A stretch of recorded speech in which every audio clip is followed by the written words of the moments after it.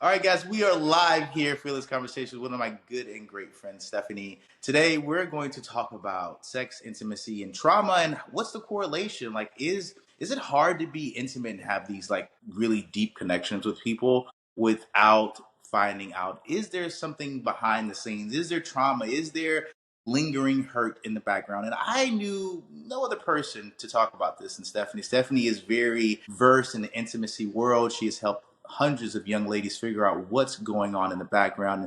I won't talk any longer. I'll let Stephanie kind of open up and give her 2 cents on how this has helped her and open up the lives of many other women like herself. So, Stephanie, go ahead. Thank you, Gerald. I'm Stephanie Mote. I am a certified intimacy, sex, and relationship coach at intimate-journey.com. This is something that I have experienced myself with trauma and how it impacts intimacy, and want to share and help people with having healthy relationships, overcoming trauma, and being able to experience intimacy, not just with a partner, but intimacy with yourself. And one of my favorite coaches and public speakers, Lisa Nichols, she says, "Into me I see" is intimacy, and being able to see within yourself.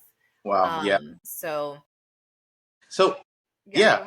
No, that's great. You were talking about intimacy. So, a lot of times people think intimacy only is with someone or something external. Intimacy is allowing yourself to get a little bit closer to yourself. Like you said, into myself, I see. And so, intimacy, in order for you to get closer to someone else, Stephanie, maybe you could help me out here, but if you want to get close to others, maybe you might want to know how to get close to yourself. well, intimacy isn't just physical, it's also emotional, mental, spiritual, intellectual. I mean, there's many layers to intimacy.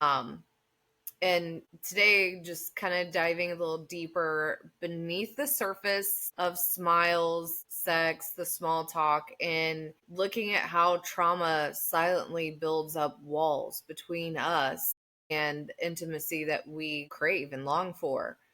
Um, Trauma isn't just from abuse or war.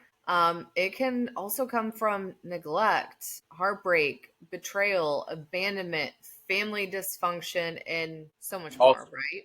all sorts of things. Yeah, yeah. Yeah. Trauma doesn't have a face or a name. It could come from anywhere. It doesn't discriminate at all.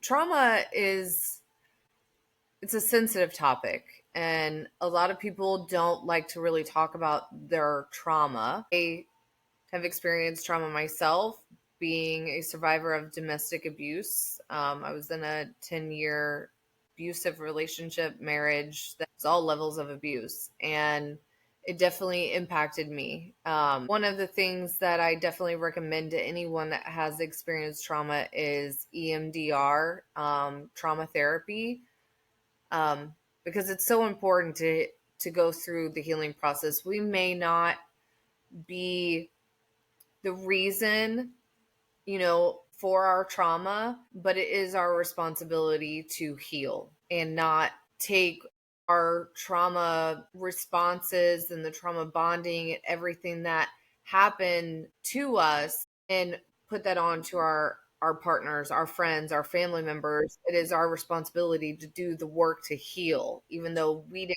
cause the trauma.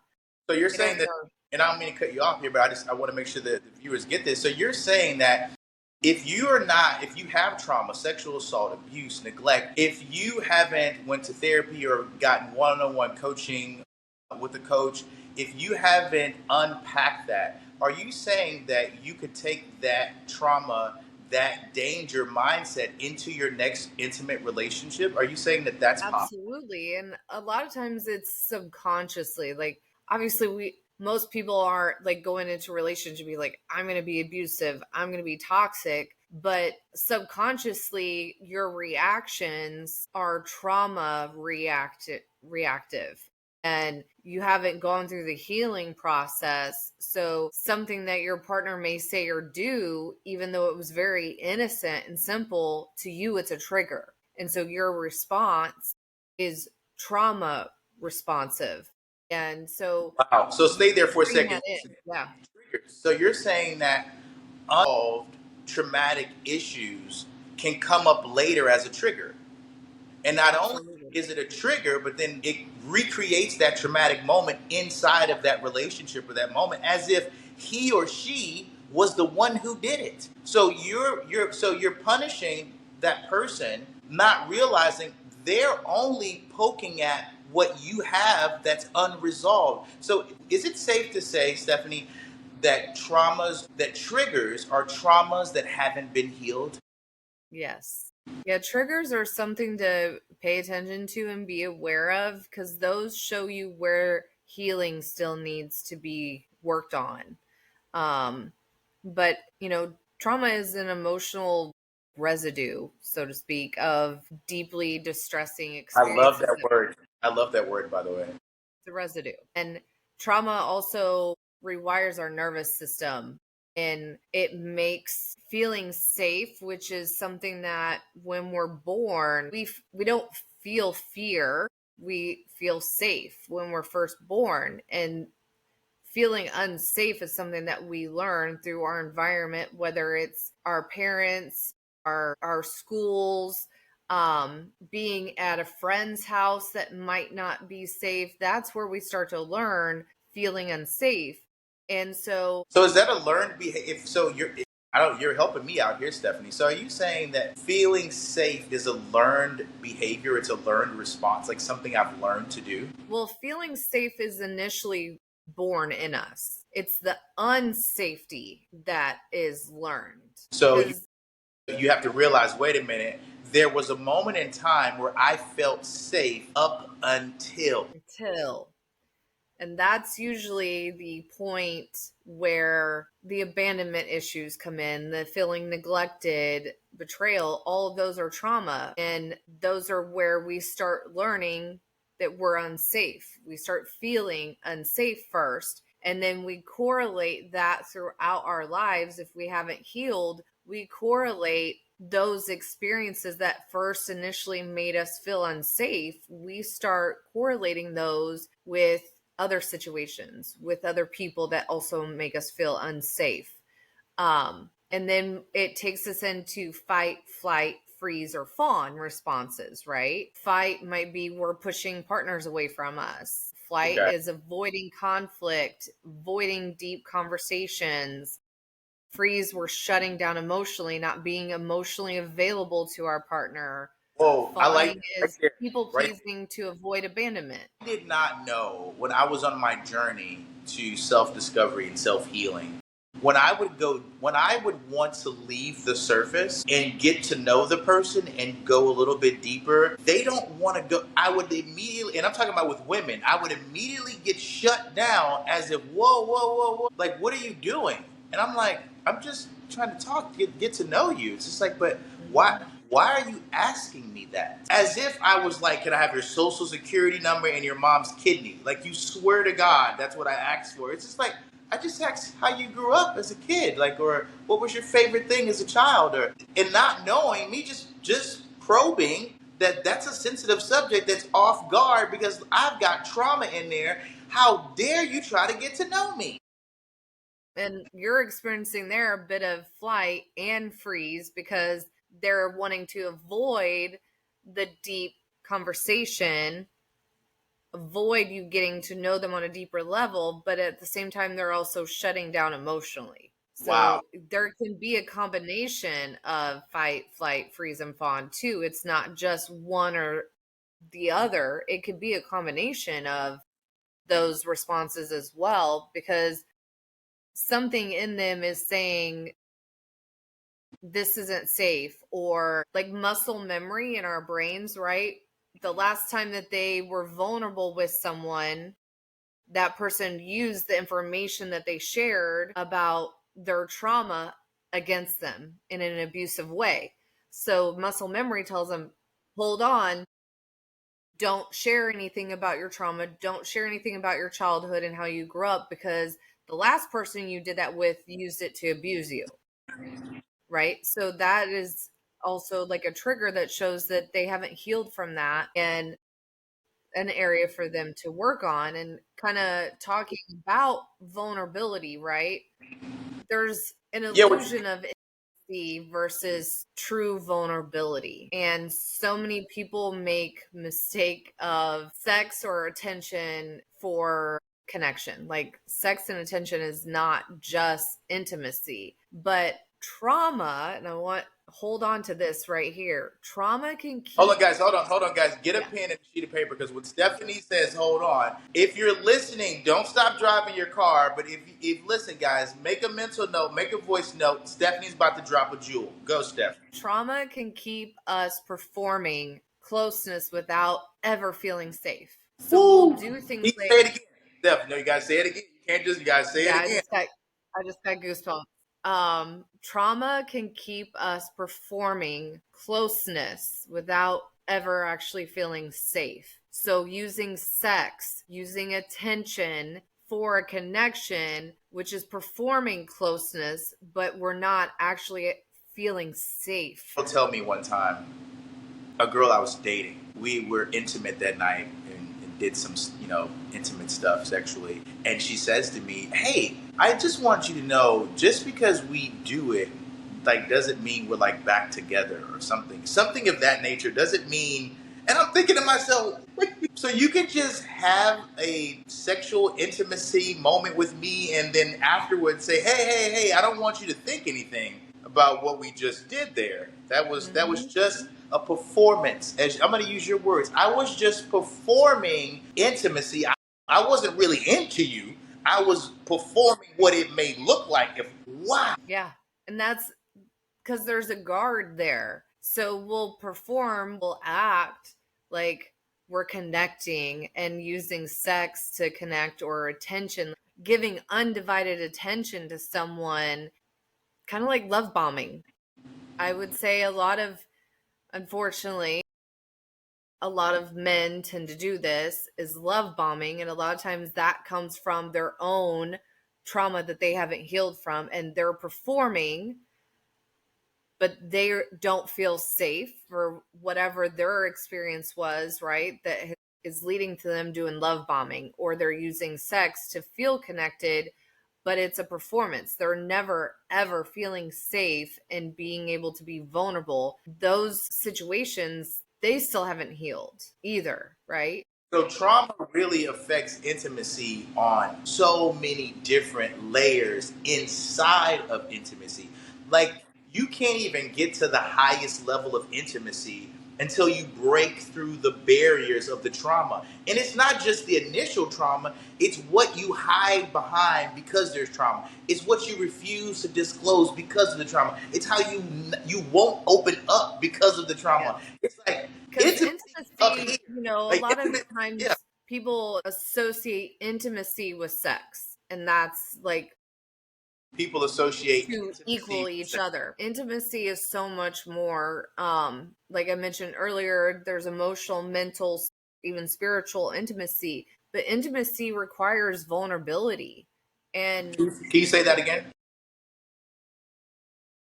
vulnerability. What is vulnerability? Vulnerability is being able to be open and be raw with someone, like you're really you're taking the mask off and showing them your real authentic raw person that you are. Like the unfiltered version. 100%. And trauma though teaches us that vulnerability equals danger.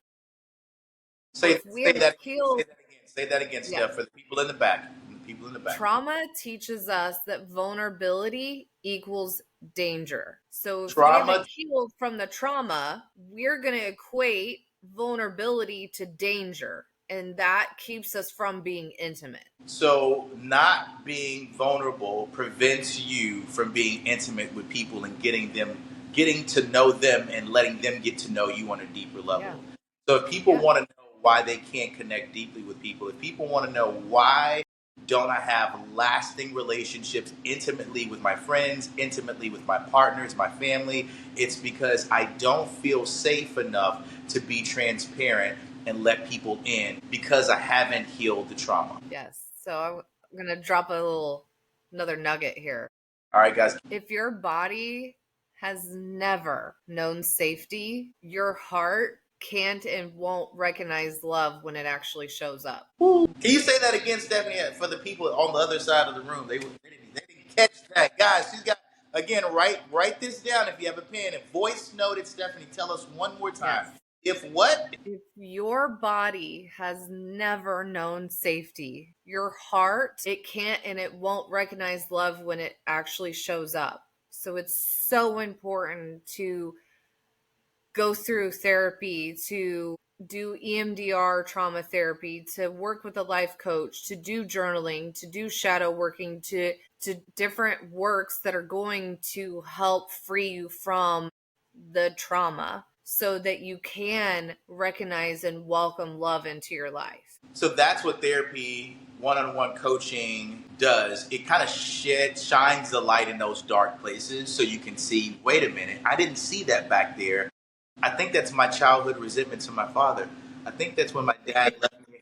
But it's been back there the whole time. Yeah, I know. And so the coach basically calls everything forward for you to now take it out of the back of the mind, put it in the front of the mind and say, wait a minute, this is what's been whispering in my ear. You're not good enough. You remember when your dad left you? Wow. I got some questions for the people in the audience. Okay. Sure. So have you experienced ghosting, emotional numbness? Put it in the comments. In the comments, guys. Let us know because this is going to be live.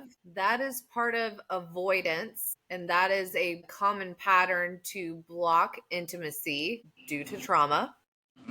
If you have experienced hypersexuality, controlling behavior, codependence, and this is something that I personally have experienced. I definitely have been in codependent relationships in the past. Controlling behavior in that I wanted to control my environment. I wanted to control the people that were in my environment because that made me feel safe. And there was a hypersexuality, and that is overcompensation, which is another common pattern that blocks intimacy due to trauma. If you've experienced assuming, betrayal, needing that constant reassurance, extreme jealousy, that is part of distrust, which is another common pattern that blocks intimacy due to trauma. And then, do you think that people, in order, I mean to cut you off there, because you said trust. Because the topic of this of the podcast, and I want to make sure I say this right, is how does trauma prevent intimacy? Do you think not being able to trust someone fully prevents you from getting to know them on an intimate level? Not like you don't know this person, they don't know you, but you come into this relationship not trusting them just immediately. Do you think it's hard to build any type of level of intimacy with people when you start off distrusting them? No, you can't be intimate because you already have that wall up of distrust. And now there's kind of a caveat to that, right? Because I feel like trust should be earned, but at the same time, I go in trusting, and then I trust that people are going to show me who they are.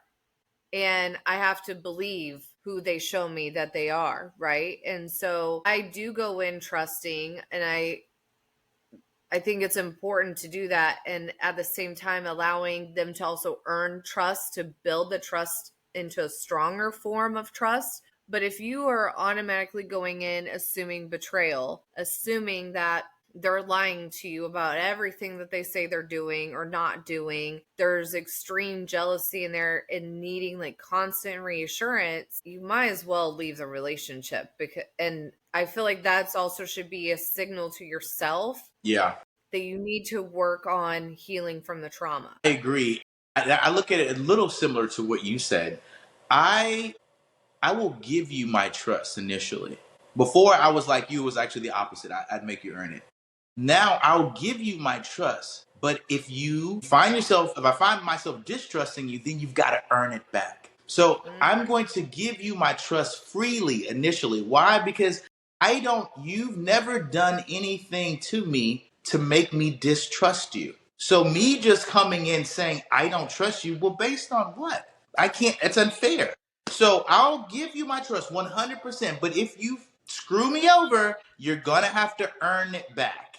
Like, yeah. So I do just invite anyone that is on and listening or watches this back, I invite you to just kind of take a moment and self-reflect, right?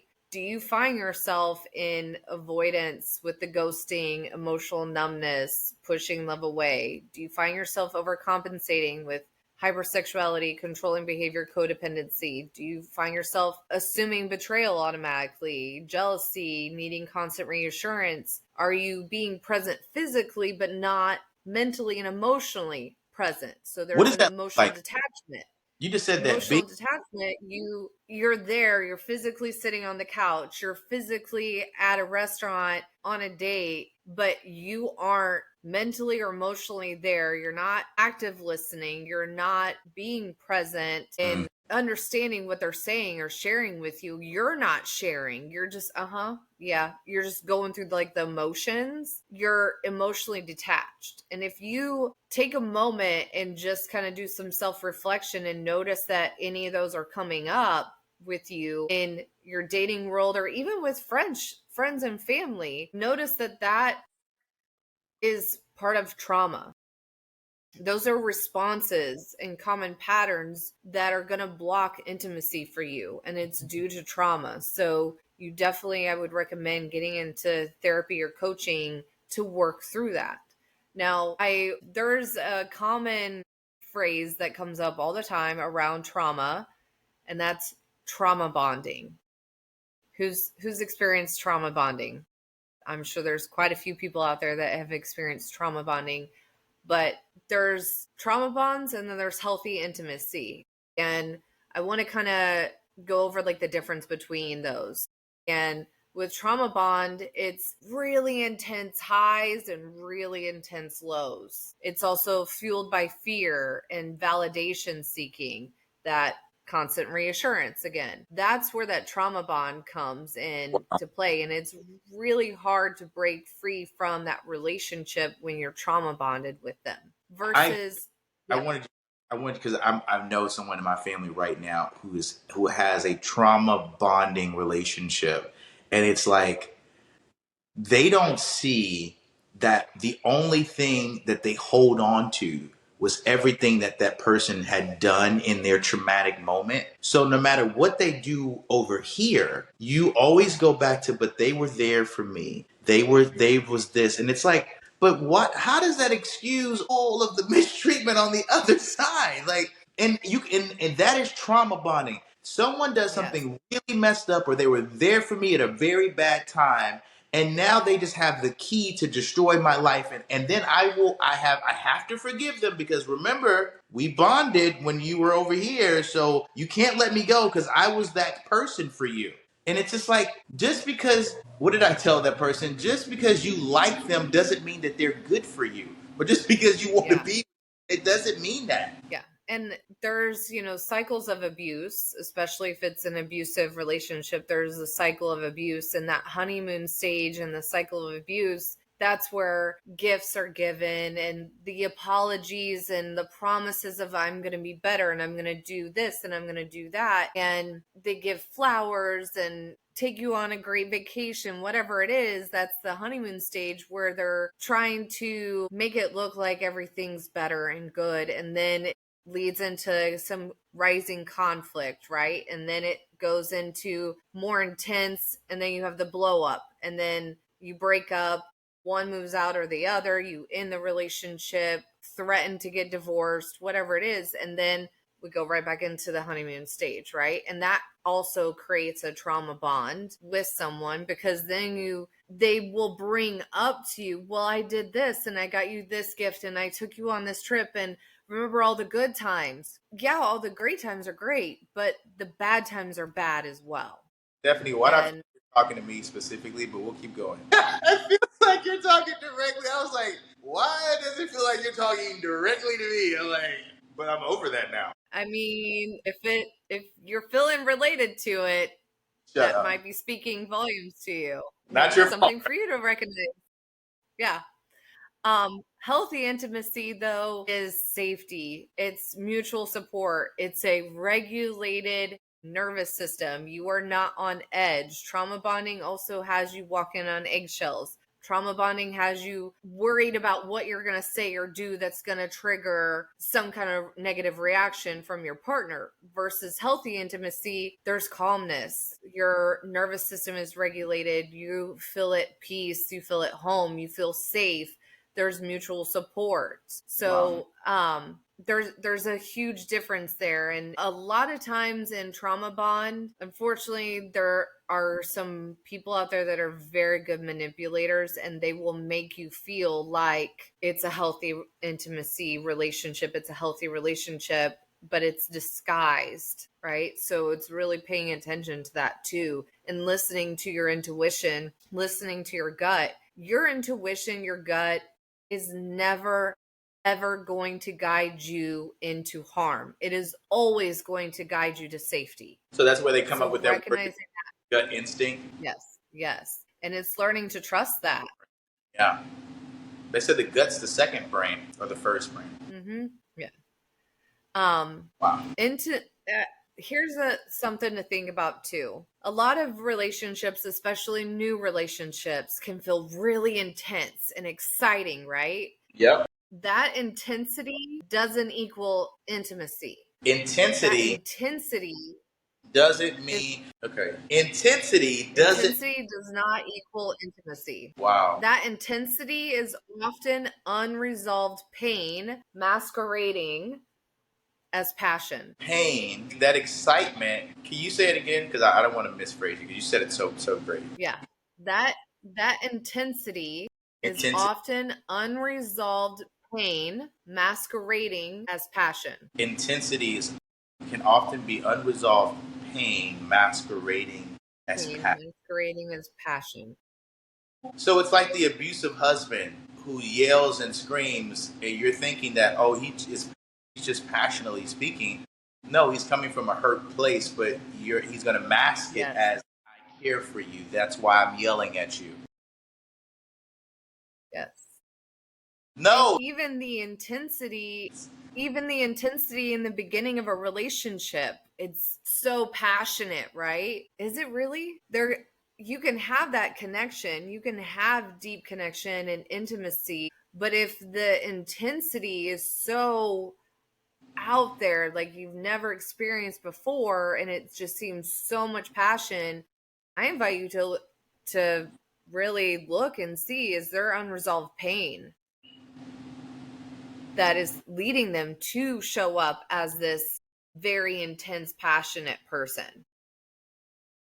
Wow, that reminds me. They may be hiding that. They may be masking that pain with this intense passion. Wow. It's not always something to think about and look at, and that can lead to a deep conversation with your partner. Yeah.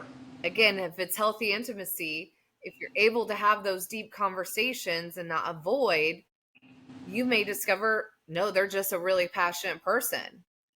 But if they are resisting having the conversation, avoiding having the conversation, they shut it down, there may be some unresolved pain there. You guys, Stephanie. So it could lead to having a conversation and really discovering that of your partner. Stephanie has laid out some key and instrumental points and strategies and tips that you can take away to really see, is the trauma stopping me from really diving deep and going intimate with my mother, my father, my sister, my wife, my husband, my children? Am I really hiding behind my traumas and really not allowing myself to be seen fully because I don't know what to do?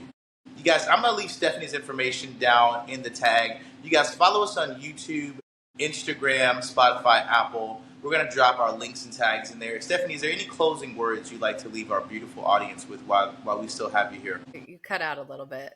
I said, is there any words you'd like to leave our beautiful audience before you have to leave? Yes.